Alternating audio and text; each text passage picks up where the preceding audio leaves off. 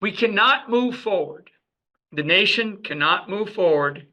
I don't care how good our how much Trump, adjusts the economy, and he will.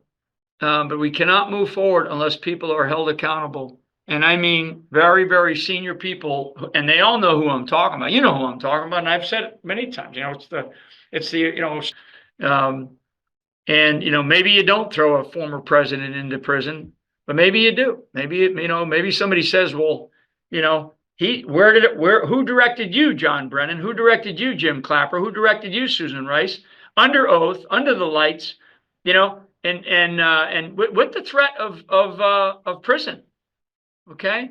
And so who directed you? Well, if they say nothing, okay, then that's fine.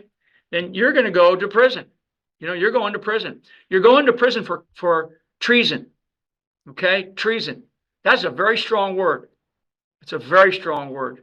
And like all these pardons, right? These pardons, the only thing that can't overcome a pardon is treason, is the commitment of treason. I mean, I get called a traitor all the time.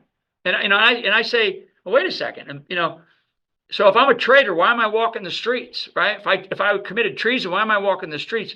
I was never charged with that. They dismissed my case because they lied, right? And so, you think Mueller and Wiseman, Andrew Wiseman, who was the deputy to Mueller, would have let me go had I was a traitor or that I committed treason? The treason was committed against me as not just Mike Flynn, an Army general, but the national security advisor by a duly elected president of the United States. The outgoing administration under committed treason. They committed a conspiracy to undermine a duly elected president, and it hasn't stopped. It hasn't stopped.